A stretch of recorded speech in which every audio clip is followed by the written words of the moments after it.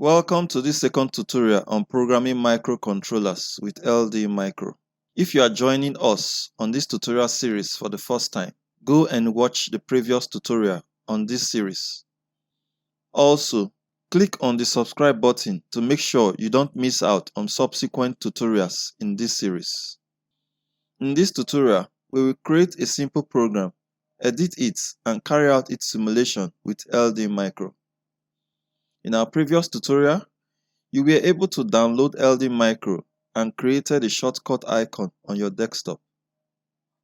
Now, double-click on the LD Micro icon on your desktop to display the LD Micro application window. This window is divided horizontally into resizable upper and lower sections. Programs are written in the upper section with the dark background.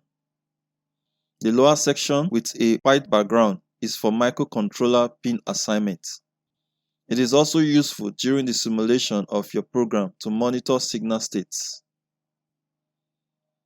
On the program area, observe that there are two vertical lines and two horizontal lines. The first horizontal line is not touching the right vertical line. Just like a regular ladder, the vertical lines are called rails.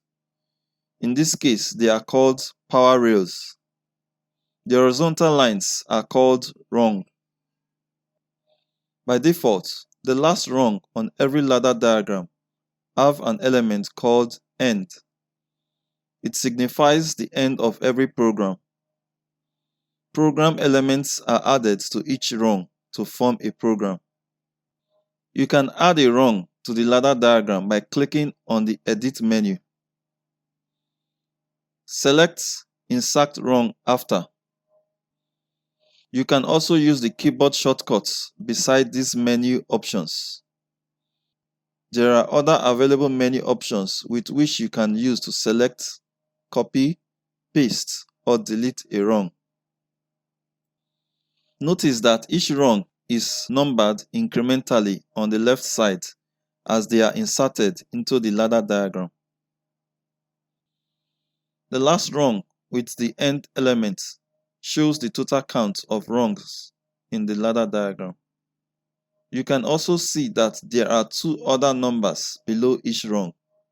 The first number represents the number of internal pseudocode operations for each rung. The number below the first number is the number of microcontrollers operations for each rung.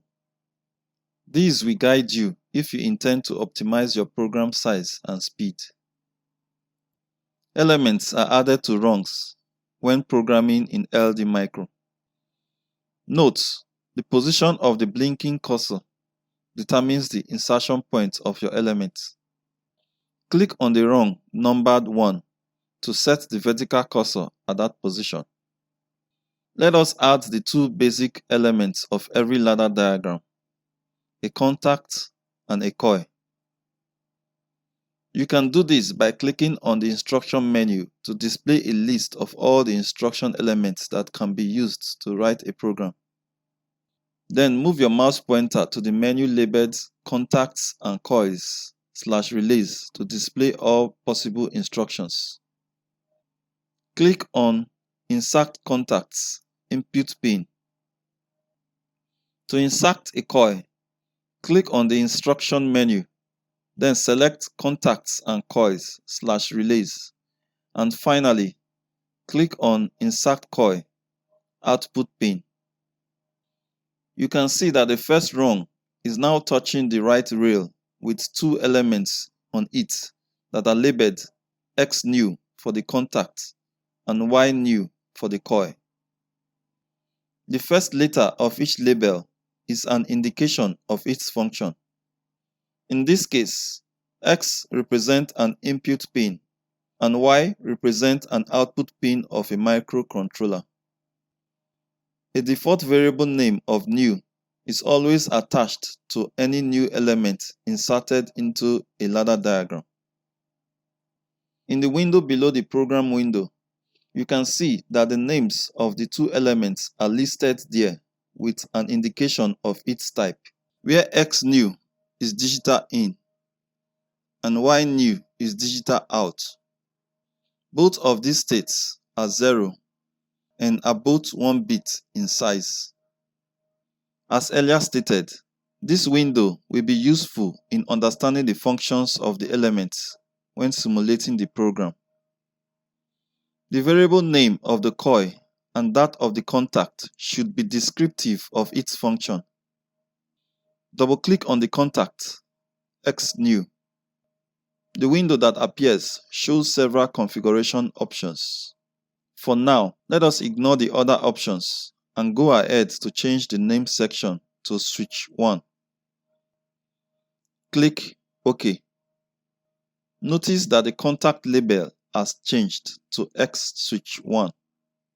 Repeat the previous steps for the coil with a variable name of lead 1. Click on the new rung numbered 2 to set the vertical cursor at that position. Follow the previous steps to insert a contact and a coil.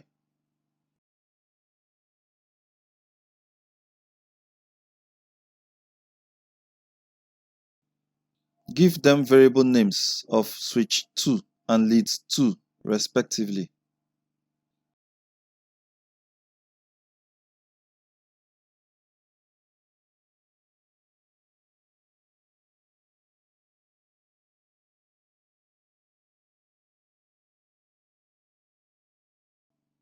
Click below the contact Y lead 2 to set the horizontal cursor at that point. Follow the previous steps to insert a new coil below Y lead 2. Give it the variable name of lead 3. A branch that starts from between the contact X switch 2 and the coil Y lead 2 terminates at the right-hand vertical rail. Don't forget to save your program before you proceed. You can do that by selecting Save from the File menu. Name this program as My First Program.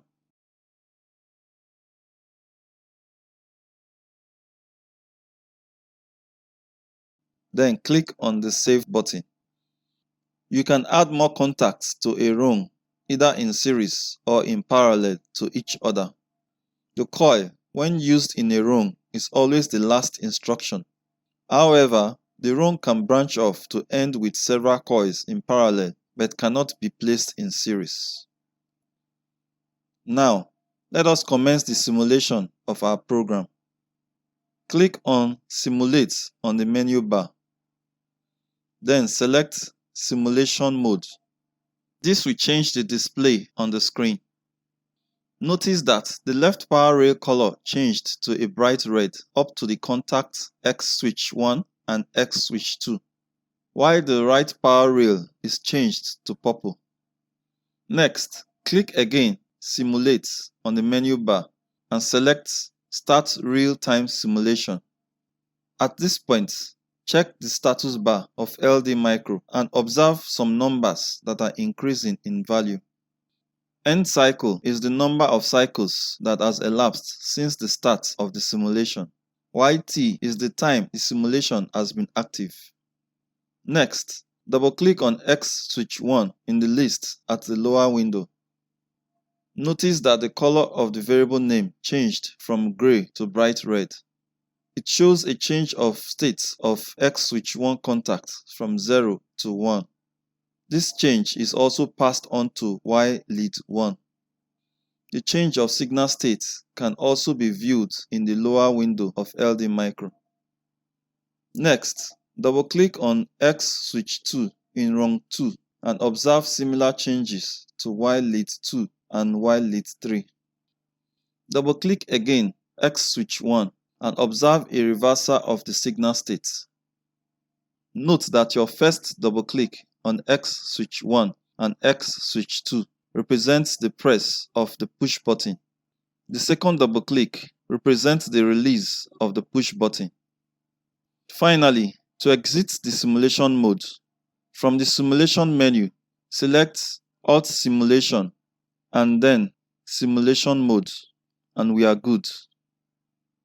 Now that you can create, edit, and simulate a simple ladder diagram, head on to our next video tutorial.